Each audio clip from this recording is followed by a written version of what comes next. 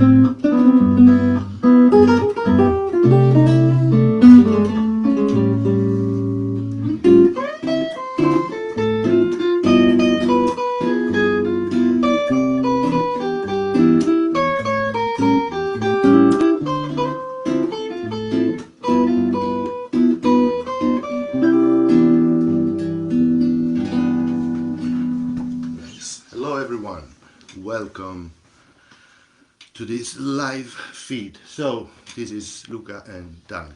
Hello. The idea is to have a Q&A session with you guys about jazz improvisation, anything related to jazz. We like to keep it simple, so any question would be really welcome. Before we start with the Q&A, if you have questions, you can start typing them already, and then we can have a look. But in the meantime, I think about giving away a few ideas about what to do on a 2-5-1 cadence. That's the idea of this Q&A. Obviously, if you have other questions, they are also welcome. But if we had to have a point for today is 2-5-1. 2-5-1, what to do with it. And so, my first idea, I'll start with a simple lick, which is coming from West Montgomery.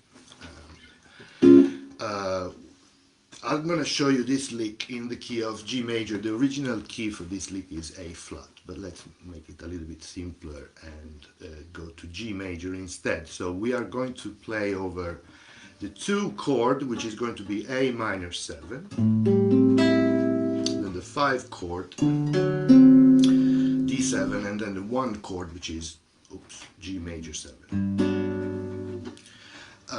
The lick goes like that. Let's try to establish a mood first.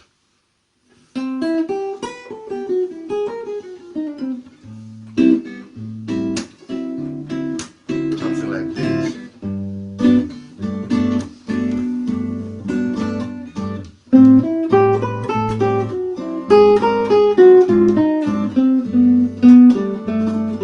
And do it again.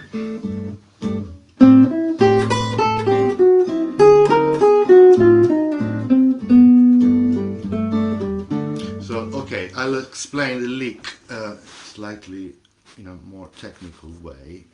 What's going on here? First of all, this is a lick which is ideally going over a fast tune, and I played it quite slowly just to get the lick across. So let's learn it, and then maybe hopefully you can speed it up. So it starts up very traditionally with an arpeggio. So over A minor 7, we are starting playing the C note, which is on the 5th fret G string, then 5th on the B string, which is an E note, then the 3rd fret on the top E string, and then the 7th still on the top E string. So you play just... Then you go back with a scale. Starting from the 7th fret, you go 5, 3, and then you play the 7th on the B string and the 5th on the B string, and that's the end of what is happening on the A minor 7 chord. Let's try to play this fragment very slowly. 1, 2, 3, 4. That's it.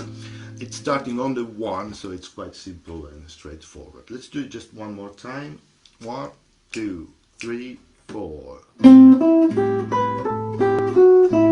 then after this, there is some more dissonant stuff coming up, and we can say this is all coming from the same scale. So we are going to introduce now a scale which is very common in this very situation, on the 5 chord, which is D7 in this case, and it's called the Superlocrian scale. It's quite popular because it's giving you a lot of dissonance, and we will see this in slightly more detail in a second. So the second part of the lick would start with the 4th fret on the top E string, which I'm playing with my index, up to the 6th, back to the 4th, 7th on the B string, 6, B string, 4, 3. Then 5th on the G string, and finally the resolution on the B note, which is the 4th fret on the G string, which is the major 3rd over the 1 chord. So this is a very stable, safe resolution. So let's try to play the whole lick now. 1, 2, 3, 4.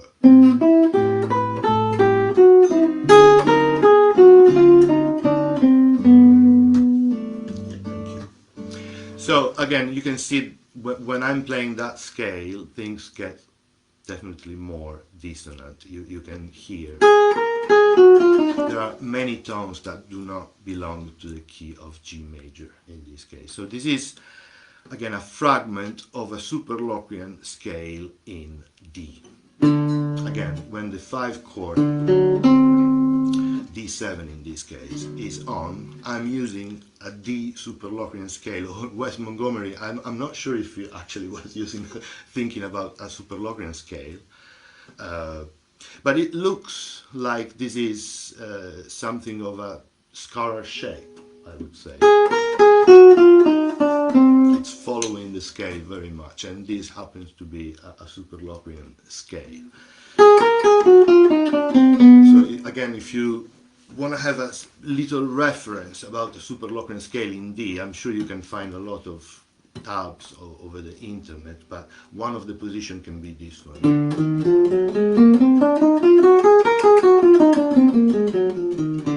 Starting from D. Again, this is the sound of the Superlocrian scale.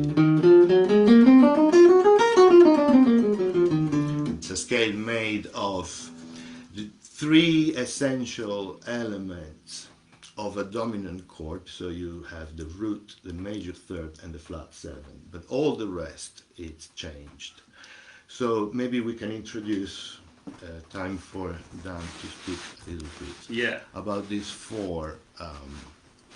Make sure you are in the picture. Yeah, these 4 alterations coming from the Superlocrian scale. Yeah, so from the Superlocrian, what we have is the 4 alterations, which are flat 9, sharp 9, flat 5, and sharp 5.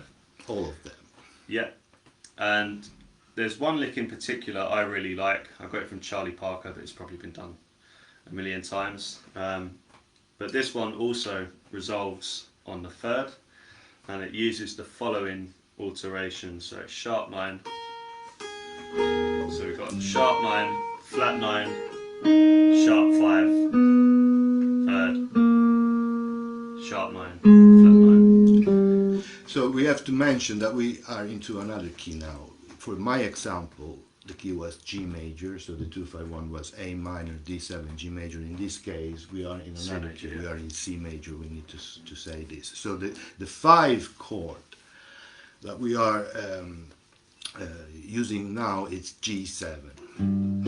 So the lick that Dan is playing is working over the G7 chord in this case. So let's maybe play that lick one more time.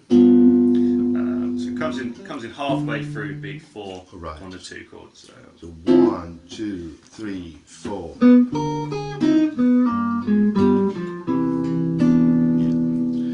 Again, about the intervals that you Yeah, use? so basically halfway through beat 4 on the 2 chord, we're coming in with the 3rd, and then it's all swung 8th. So on the 1 we've got sharp 9, flat 9, sharp 5, the 3rd again, and then we're going to the sharp 9, and then we've got flat 9,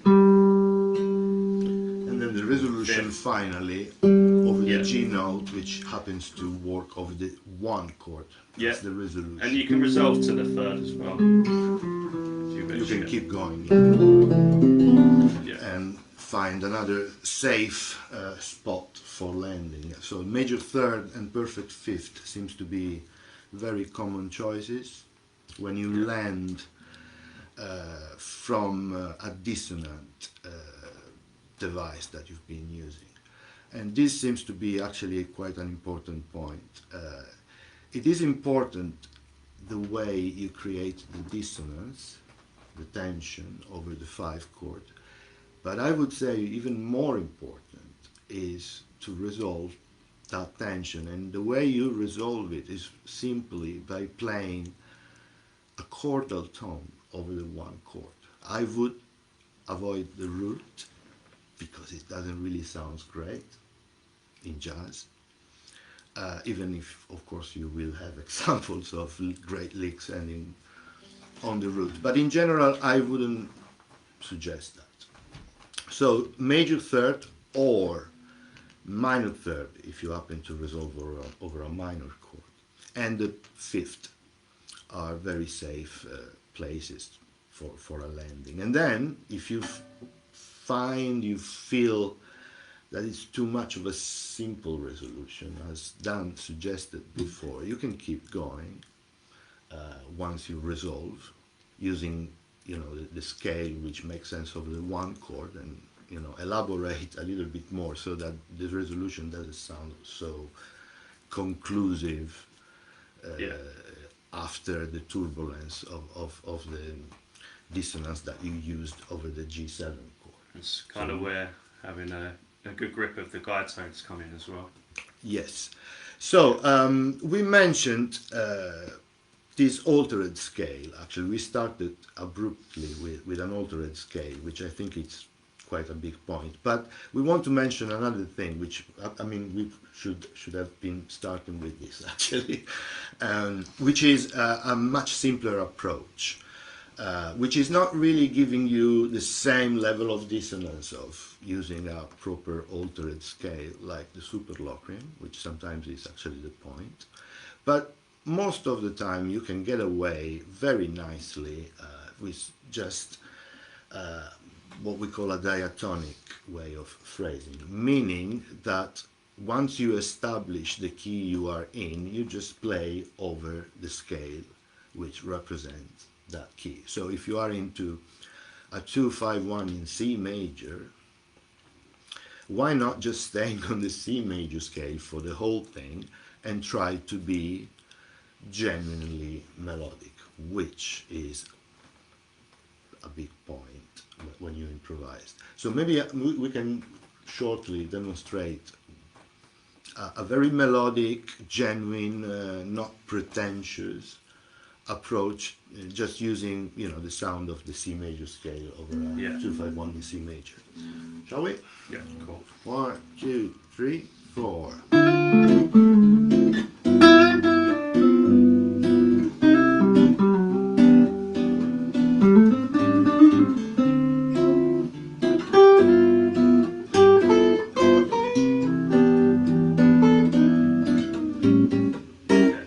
So like I found that when I was learning 2-5-1s initially, I would strum the chords but not really be aware of the ingredients involved. So like what I found really helpful was getting good grips with the guide tones. So the guide tones being like the 3rds and 7ths of the chord, that they dictate that the quality of the chord is in major or minor, right? So over the D I would sit over like with the 2 chord, and that the minor 3rd is F. And I just observe what happens harmonically as I go to the 5th. That becomes the flat 7, and then you can hear that it wants to kind of resolve down to the major 3rd. So I found this made me think more intervallically, just getting a really good grip with this sound, and just basically maybe trying to sing the thirds and sevenths above the root notes, but just getting really used to that sound, and then focusing on how the flat 7, for example, the 7 of D minor, that would be C, that resolves down to the third, the B over the G, then becomes the major 7 of C. So for example, if we do another little comp, 3, yeah, so 4.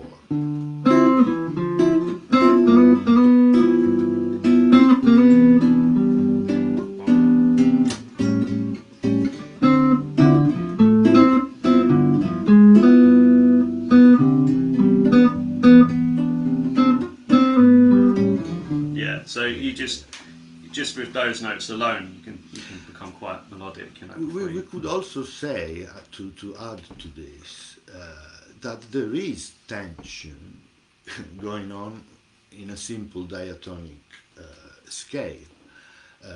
We shouldn't assume that tensions can go only from exotic or altered devices, which is the case. But even a simple major scale, I'm just repeating what Dan said, really, would have the fourth, which is giving you some harmonic tension. As Dan said, this wants to go to the third.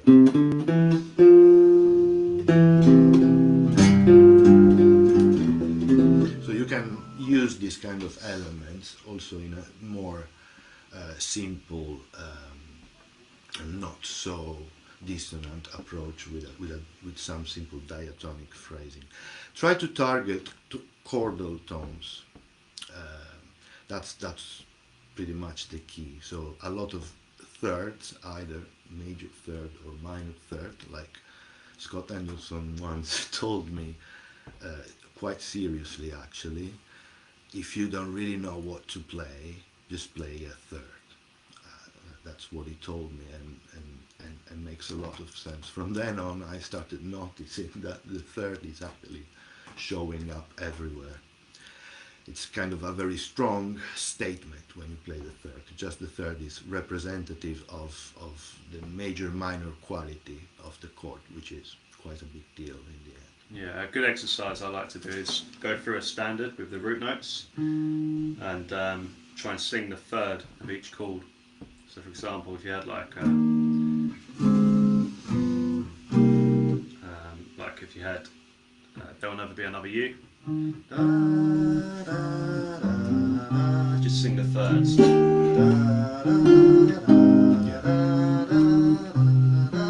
Kind of gets you thinking a little bit more like towards the chord tones, And it helps you in being melodic, yeah.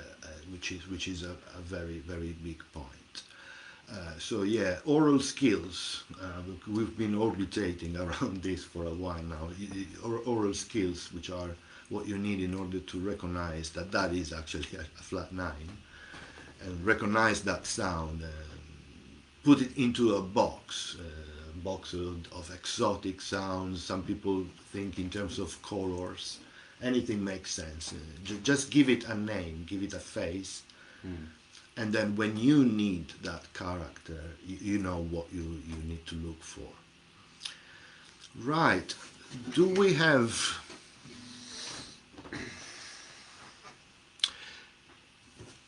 some requests? Some heavy metal request. Heavy Metal 251. That's for another day. Hello from Dakar. Lewis, Dakar. Che ci fai? Andrea Vinciani. Oh. Right. Any question, guys? Go for it. So far there is a lot of feedback, but it's all mainly about saying hello.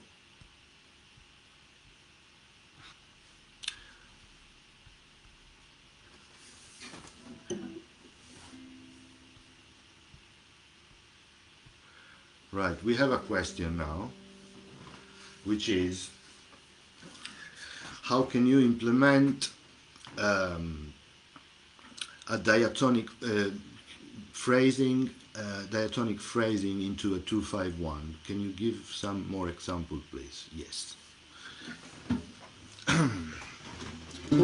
Right, so let's play a little bit and see what happens. Then maybe we can.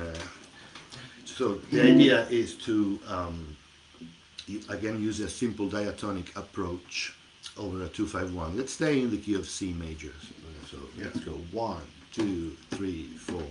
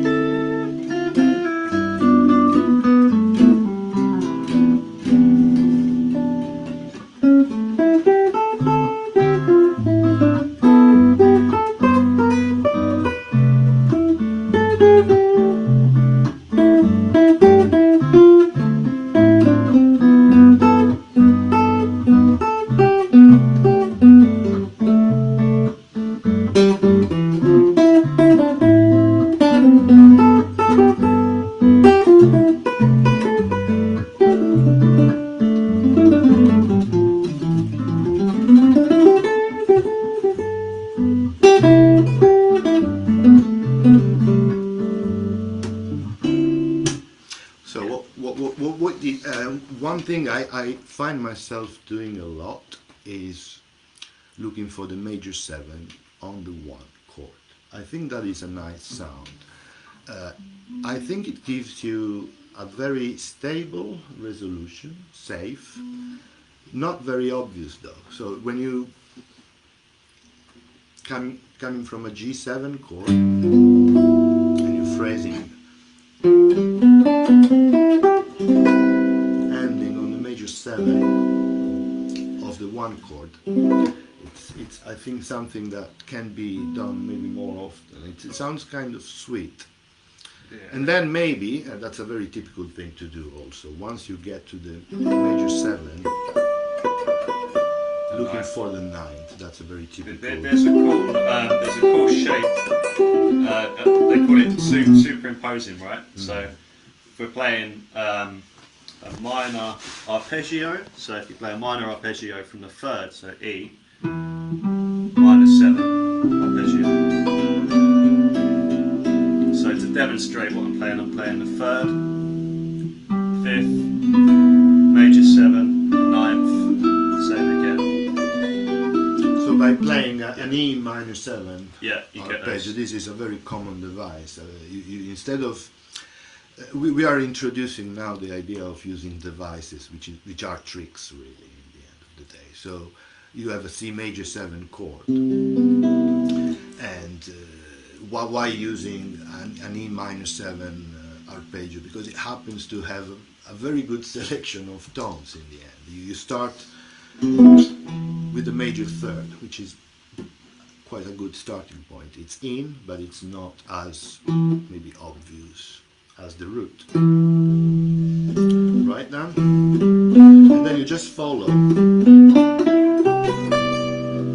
the E minor 7 arpeggio, which can easily become a pentatonic scale actually. That would be also cool. And anything which relates to E minor in a way would work over C major 7. Again, we are thinking in terms of devices here. They are really tricks. What you're doing is playing the 3rd, the 5th, the 7th and the 9th in C major, but it looks like you're playing E minor 7, and sometimes it might even sound very much like an E minor 7 thing, but again the context would eventually be C major anyway. So yeah, these are devices. See if you have some more questions. How do you keep a line sounding more continuous rather than pausing on the target note every time the chord changes? how do you keep a line sounding more continuous? By keeping going. I mean, Yeah. this is a little bit of an obvious answer, but that's what I would say. How do you keep a line sounding more continuous? Just keep going. Make sure when you are going, because you didn't stop, make sure that the selection of notes that you play would still respect the fact that you have resolved. That's I the think that's thing. where that shape that we just demonstrated, that Might help. the E Yeah, minor thing. yeah. Basically, devices like the one that we just mentioned help when you need to play a lot of notes. So if you want to carry on after the resolution, say that you target, like I said before, the major seventh over the one chord, but I don't want to stop over here. Again, maybe a device like an E minor, a 7 arpeggio or something like this Yeah. would help in this idea of keeping the flow. So let's try to implement this. I'll try to. Also, another thing that I might be good to mention is to maybe start stopping and starting on different beats than the one. We do this very often. We start things on the one and then we end things on the one. Like we start on the one, beat one of the 2 chord, we play our lick, and then we stop on beat 1 of the 1 chord, and that makes things sound very predictable. So if you play 1, 2, 3, 4. So now the lick in itself is actually cool, but the fact that I'm starting on the 1 and finishing on the 1 makes it sound like it's in a box. So what you can do, simply start in places where you wouldn't, where you don't feel natural to start there. Maybe force yourself, start on the 3 end and finish on the 2, just randomly, and see what it's sounding interesting to you.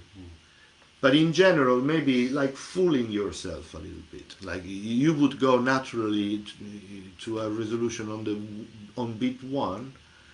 Try to remember about this little problem and see, now I'm going to carry on until beat 3. Or this is, I would say, it's a bit of a random approach. I wouldn't say do this and do that. It's just don't do the obvious thing, and then explore any possibility. There are so many, about stopping and starting in non-obvious places. Yeah. So that, I would say that actually for that question. Struggle to know where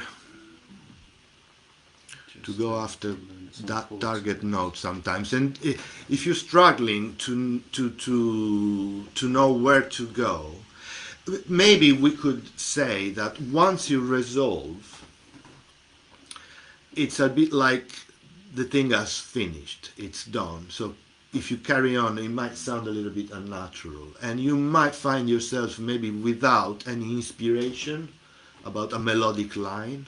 Just the idea that you want to carry on, but no melodic inspiration at all. I think in this case, what Dan said before, it's really important. You have a position, you have a device, which again, it's just a trick, and you go around that device. Again, just a simple example, if I'm ending with a major 7 in C, maybe something based on an E minor 7 arpeggio can help in this idea of going for a while longer. This shape that we, so the E minor arpeggio, that really helped the E minor. Let's try to play something with this idea to be rhythmically a little bit unpredictable, at least about the starting point and the end point. 1, 2, 3, 4.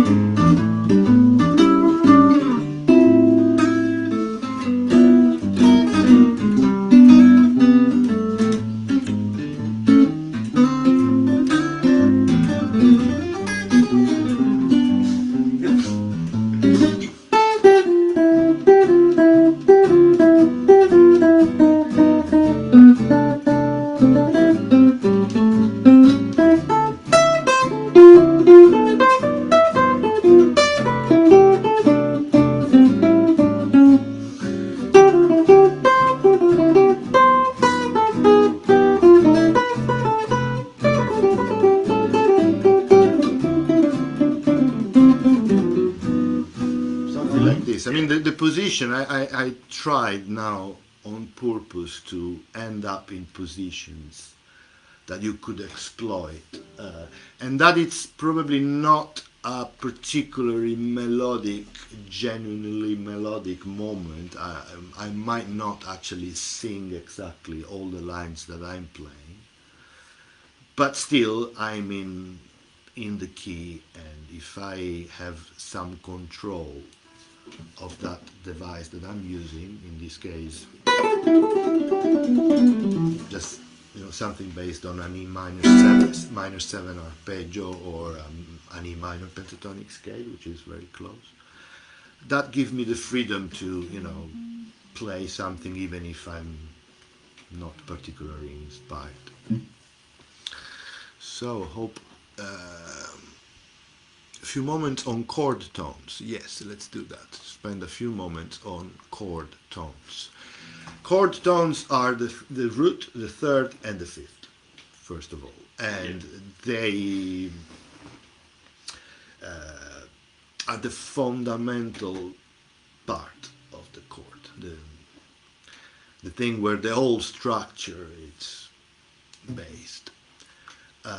So that means that whenever we want to stay aligned with the harmony as much as we can, we should be playing one of those chord tones. Those sounds like very rooted, obviously, in the chord. So if you play a C major 7 and someone is playing a third, that sounds stable because it's one of the chord tones. Another one is the fifth.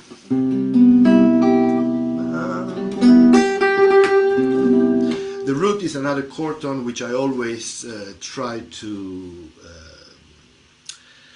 dismiss a little bit as an interval, because it sounds a little bit too obvious. I mean, I'm not saying we shouldn't use it at all, but again, especially ending a phrase, a lick with the root sounds a little bit too obvious, too conclusive.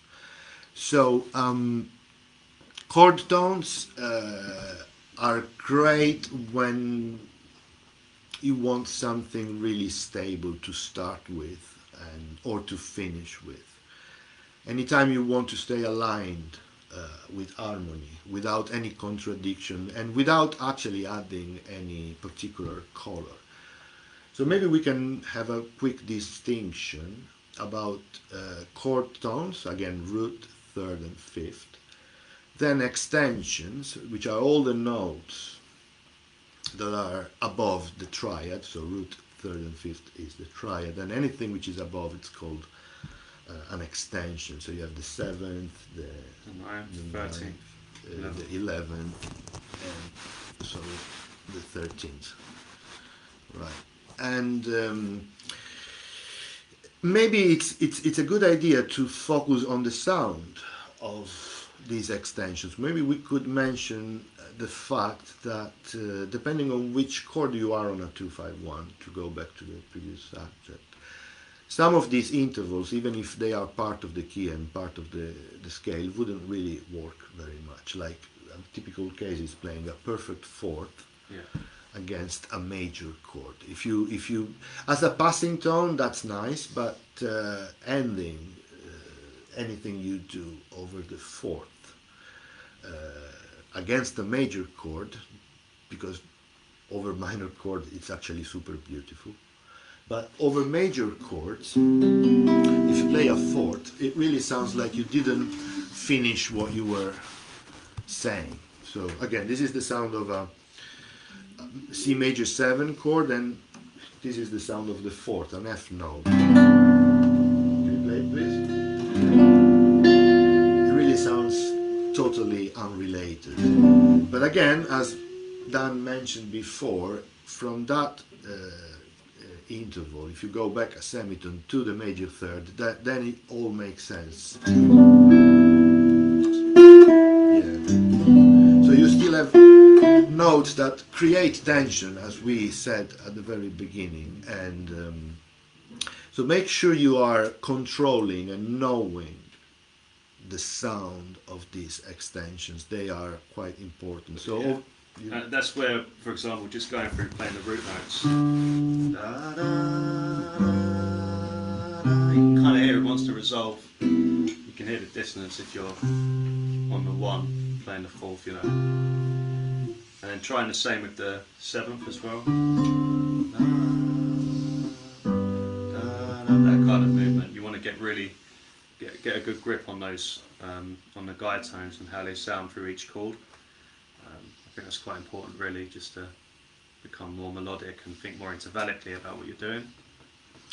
Intervallic thinking, yes, compared to thinking in terms of scale. So maybe we can elaborate a little bit more. So using chord tones, it's something that we use when we use a more intervallic approach, meaning I want to have the sound of the 5th, which is something I'm translating from my mind. So if I hear this, in my mind, maybe I'm picturing the sound of a 5th, which is this. So I need to know that the sound that I have in my mind, which is corresponding to this, I need to know that that is a perfect 5th in order to then play it. So familiarize with chord tones. They are essential, I would say, probably the most important thing to do at the very beginning when dealing with intervals, chord tones, root, 3rd and 5th. And then slowly get into the extensions as well, which are also quite important. So 7th, 9th. The 9th over major chords sounds great, and so over minor chords. So maybe I should move a little bit more this way. So yeah, the 9th is a nice interval over major chord, and then over minor chords as well. The 4th, it's a bit strange because it sounds great over minor chords. So you have a minor 11, A minor 11 can be so 5th on the bottom E string, 5th on the D string, 5th on the G string, and then 3rd on the B string. So A, G, C, D. I love this chord, it's a minor 11 sound. But again, as we said before, the 11th or 4th over major chords wouldn't work. So if you have a major chord and you add the 4th, it doesn't really sound great. So you play a D note against this. Again, sounds like it's creating too much tension and it wants to resolve. Yeah, just one thing to add as well. Speaking of the 4th over a minor chord, another shape you can get familiar with is like playing a minor arpeggio a 5th above where you are. So you get that 4th interval. What you get is the 5th, flat 7th, and the 11th, 4th. It's the same shape we did before over what we were doing for C major.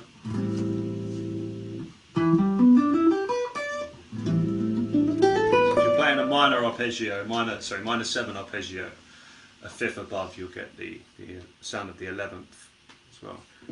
Sound of a sound. So let's clarify this even a little bit more. So when we have a dominant chord, which in this case is G7, yeah. This device is telling you to go up a 5th. So from G you go up a 5th to D, and you play. What's the idea here? So it'd be over a minor chord. So a minor arpeggio. Minor 7 arpeggio. And this is giving you suspended 11th sound, which is really, really nice over minor chords. Okay, there is an interesting question here from Adi. Hello, Adi. Which is there a generic decision-making process in jazz improvisation for deciding between using triads, arpeggios, scales, repertoire guide tones? In fact, there is a lot of these elements. techniques that we can use in improvisation, and it might be a little bit like overwhelming just thinking about when, what, and how using all of them. So my answer with this is no, I don't think there is any generic decision-making process. It's all kind of natural and instinctive. And the way you develop this natural instinct to improvise jazz lines, yes, it's coming from some knowledge of, you know, music theory and things that are happening in the song. But there is also the digestion of a language, which is a broader thing. This is where transcribing Exactly, is the key, exactly. So that was actually going to be my answer, the idea of transcribing a lot. When I say transcribing, in fact, I'm not even meaning to do the actual transcription, like you know, take your piece of paper.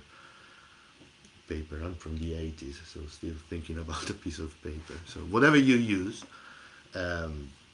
you don't actually need to do the transcription, meaning that you need to understand exactly what rhythm it's being played, which sometimes can be really complicated.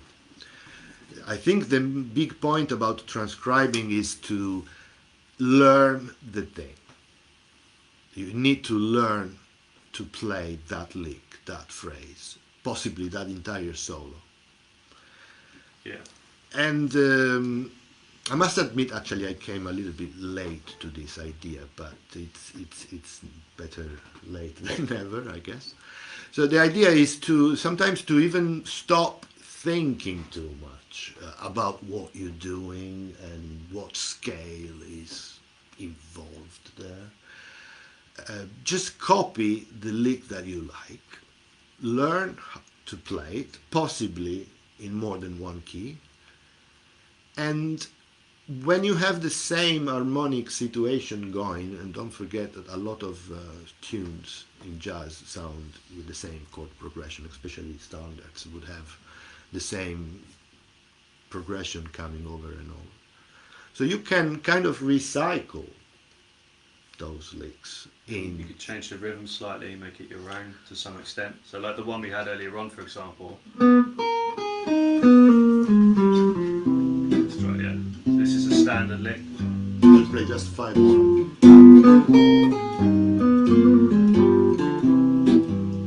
So I might change the rhythm.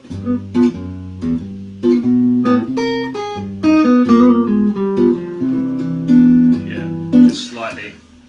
This is even phase 2, because which is also very essential, which is once you get the lick, then you will start like defragmenting it, changing it.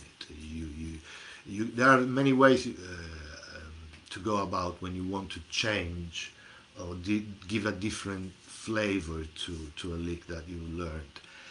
But even before that, I'd like to go back and stress you guys a little bit to learn the thing first. I mean, that is great, but it's like bit phase 2. Make sure you learn the lick well, so that you can freely decide to go with it anytime there is a possibility to play. I'm not saying that you should be like a copycat machine and play this bang, bang, bang all the time. But it takes a little bit of time, in my opinion, before it starts being something that you use in a autonomous way. That is the moment that you get fed up with it. It's been too long, you know. You've been playing that thing for too long, and you start being a little bit fed up with it, and that's great, because that is the moment that you will start changing it. And I think a lot of players did this. I mean, if you listen to interviews about big names, they actually all say the same thing. They don't really talk about super Locrian and stuff like that. I mean, I had the privilege to meet sort of like Jim Mullen and guys like that, and it's not really thinking too much about scales. It's more an intervallic thing, or part of the language. Part of the language, yes. So do your math. learn the bloody Superlocrian and all the rest of it. But again, don't forget that jazz is a language, and you need to copy some of that language, especially the parts that you like. I mean, jazz, it can be big, so you might like more the traditional side, the fusion side, that player or that other player. But do copy. Don't be afraid of copying stuff. I'm pretty sure that this is the way pretty much all the big names learn to play. And then it's up to you how long it takes to learn it so that you can get fed up with it and change it and make it more original, more personal. It's like filtering elements that have been around for a lot of time, but with your touch, sound, personality, and that's more than enough to change the whole thing and sound personal, not like you copying someone. Okay, let's see if there is any other.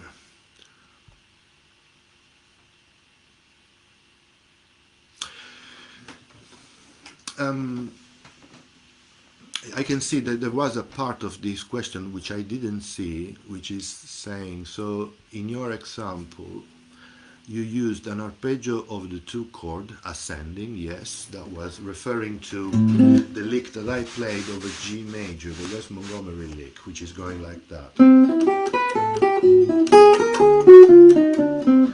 And Adi is actually asking if there is any logic in this, and there is, but for this specific lick, I would say.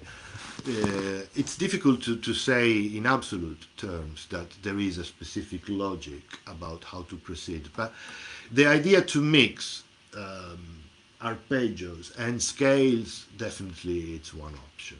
I mean, like this lick demonstrates, you go. So there is an arpeggio going up, then a scale, and then another scale which is going quickly up and down, and then mainly down to resolve over the G major chord. So I guess an answer to this can be yes, there are things that you can do, like certain devices in a specific order, if you wish, like an arpeggio, then a scale. But everything is so random that it's difficult for me to say there is a way of doing it. But certainly all of these elements are mixed together in quite a random way. But when I say random, in the end, I want to stress one more time that it's random, but according to a specific language. Yeah, I mean, this kind of thing, like the arpeggio and then the scale to follow, it's quite common, like kind of lines like that go up on the arpeggio and down through the scale, here through sort of transcribing stuff as well. Cool. So I'm looking if there is any more question for you. If you guys, the guys that asked the questions so far, if you are not very happy with our answer, you can maybe drop another comment so we can maybe elaborate a little bit further. And it's pretty much